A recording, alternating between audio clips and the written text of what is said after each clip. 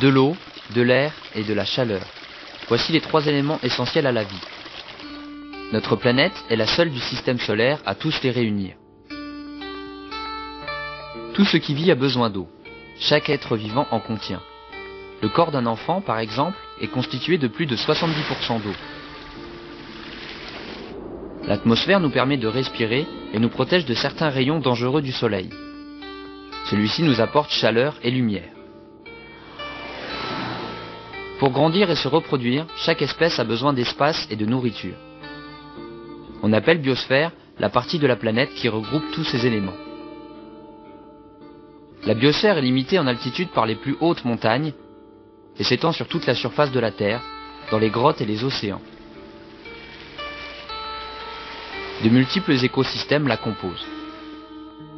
Un écosystème, c'est l'ensemble des organismes végétaux et animaux qui agissent entre eux et qui se partagent un milieu donné.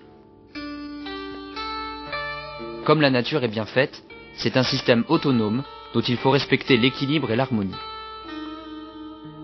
Il en existe de tailles très différentes. On peut parler de l'écosystème d'un désert ou d'une forêt tropicale, ou encore celui d'une mare ou bien d'un tronc d'arbre. Tous les êtres vivants ont besoin d'énergie pour vivre. Ainsi, les végétaux absorbent les sels minéraux et les substances qui leur sont nécessaires dans le sol. Ces plantes sont ensuite consommées par les animaux herbivores.